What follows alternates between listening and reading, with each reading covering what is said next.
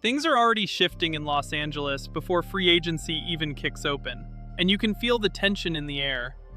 This doesn't look like a normal offseason where it's just noise everywhere and everybody's guessing.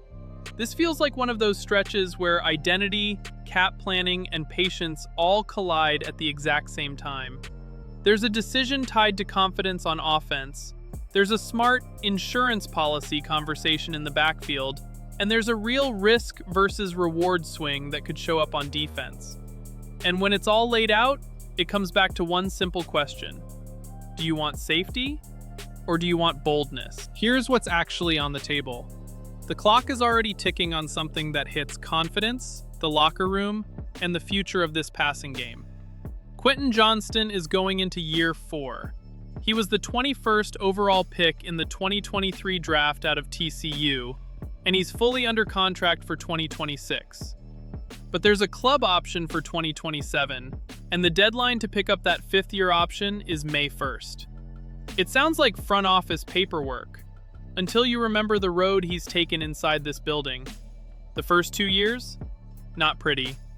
Confidence issues, drops, and a whole lot of Bolt fam frustration. A lot of people were ready to close the book on him. Jim Harbaugh and the staff didn't. And in 2025, it finally looked like the switch flipped. 735 receiving yards, 8 touchdowns, and the body language was night and day compared to the tight, hesitant version we saw early on. He looked like the guy you expected coming out of college. So now it turns into a messaging question. What do the Chargers want to communicate right now?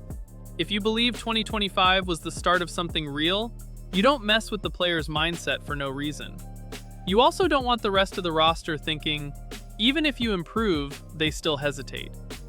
With Mike McDaniel running the offense, there's a real chance Johnston's year 4 turns into another step forward. That's why this decision matters more than people want to admit. So what's the move?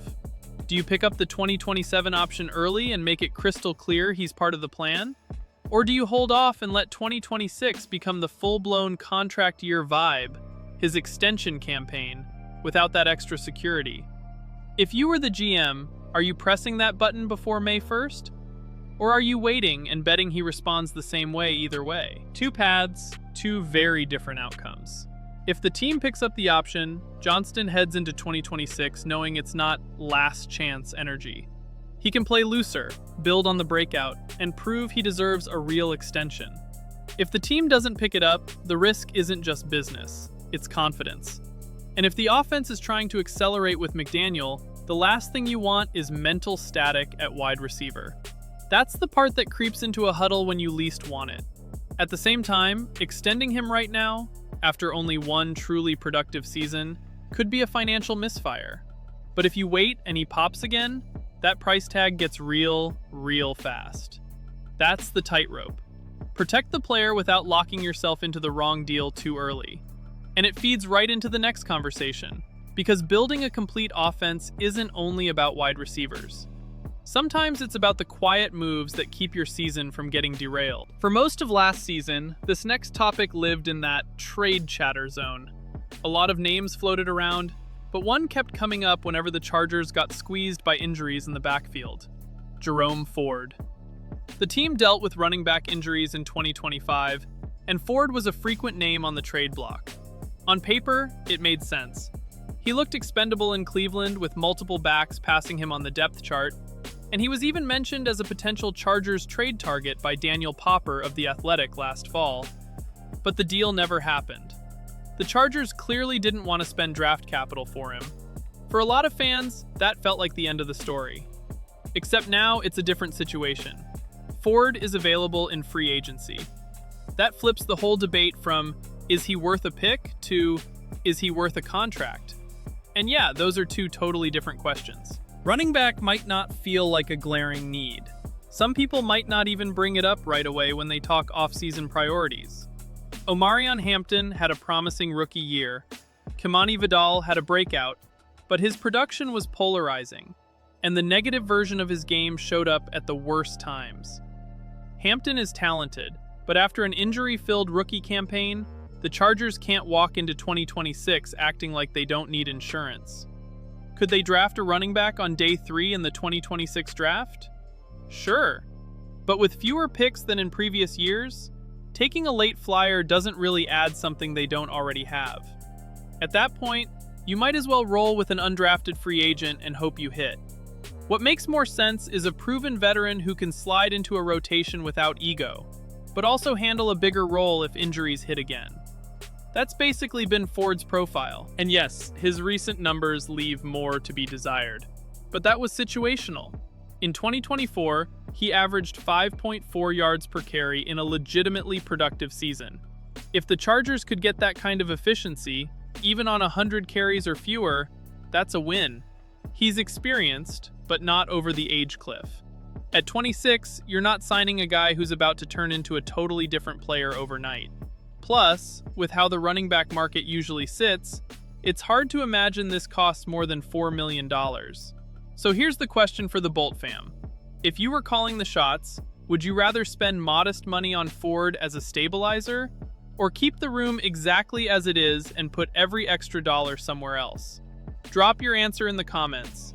And if you're enjoying this kind of Chargers talk, hit the like button while you're here, because the small decisions are the ones that can keep a season on the rails. Now, while the offense is talking depth and security, the defense is staring at an opportunity that comes with real risk. Everybody looks at the secondary and assumes it's set. And on the surface, that's fair. Cam Hart and Tarheeb Still came in as mid-round gems, and Dante Jackson was a huge free agency win last year. So why would the Chargers even consider adding to that? Because depth doesn't matter, until it does. And this is where the Washington situation comes in. According to NFL Network's Ian Rappaport, the Commanders intend to release cornerback Marshawn Lattimore. Big name, former 11th overall pick back in 2017. The reason it's happening is simple. It clears an $18.5 million cap hit, and now he hits the market with a complicated recent track record.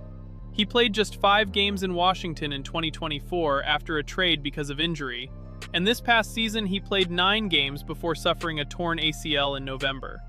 He turns 30 in May. The Chargers aren't desperate for a starter at corner, but depth can change fast. Benjamin St-Juste, a strong depth signing last year, is heading to free agency. Dean Leonard, a solid special teams contributor, is also on the way to free agency. If one of those options falls through, or if the Chargers simply want better depth, Lattimore becomes an example of a cheaper rehab project that might be available on a prove-it deal. This defense has already shown it can take smaller, cheaper gambles on rehab-type players and turn it into real production. They'll hope that continues under the new coordinator, Chris O'Leary. So the debate isn't, is Lattimore good? It's, is the risk worth it? If the contract is truly low risk, you're talking about adding a high upside depth option without burning draft picks. If it's not low risk, then you're paying for uncertainty at a spot where you already feel pretty stable. So let's make it simple. Does that idea excite you, or does it worry you? Would you take a swing on talent coming off a major injury if the price is right? Or would you stay far away and keep the chemistry exactly as it is?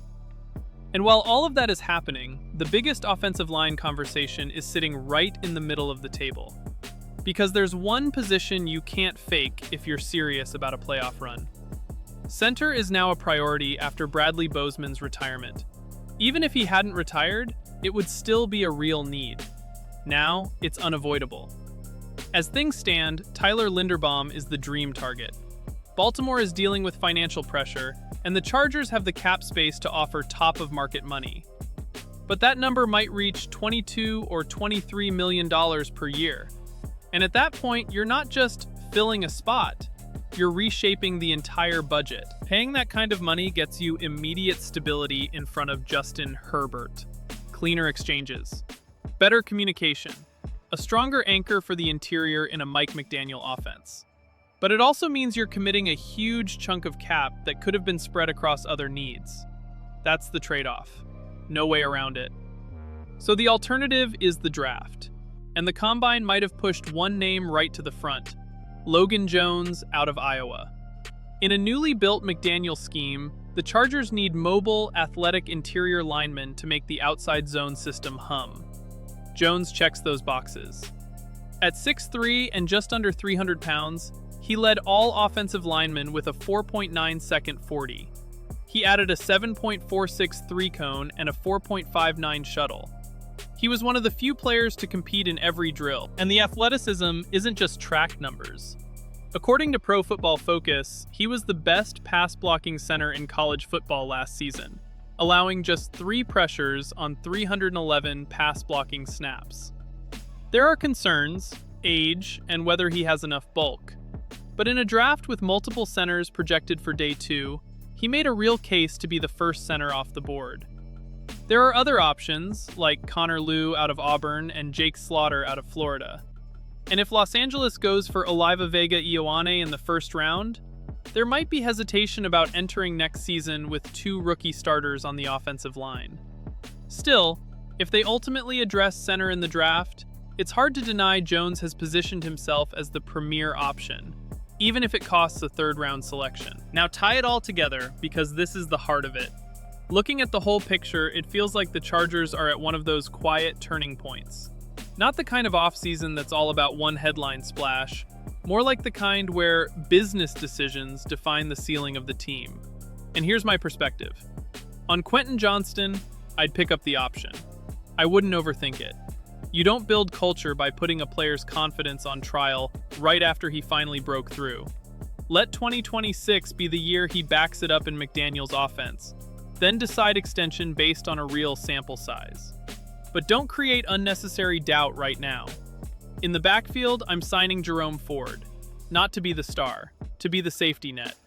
Teams that want to play meaningful football in January can't rely on luck at running back. Depth is how you survive the ugly weeks. On defense, I'm only taking the Lattimore swing if it's truly a low-risk, prove-it deal. The upside is real, but an ACL isn't a footnote. If the number starts climbing, I'm out. And at center, if Linderbaum really pushes into that $22–23 million per year range, I'm going to the draft. I'll take the athletic fit, the upside, and the cap flexibility with Logan Jones, even if it means living with the learning curve. I'd rather develop a young center in McDaniel's system than lock the cap down so hard that other needs suffer. So that's the promise from the start, paid off right here. Safety or boldness? I'm choosing calculated boldness. Protect the guy who just turned the corner. Add smart depth. Take a measured swing if the price is right. And keep flexibility so this roster can keep growing. Now I want your answer. Would you rather pay big to guarantee a high floor, or spread resources and trust development for a higher ceiling? Get in the comments with your take. And if you like Chargers coverage like this, make sure you hit like, subscribe, and tell me where you land. Because the Bolt fam is going to be debating these exact decisions all offseason.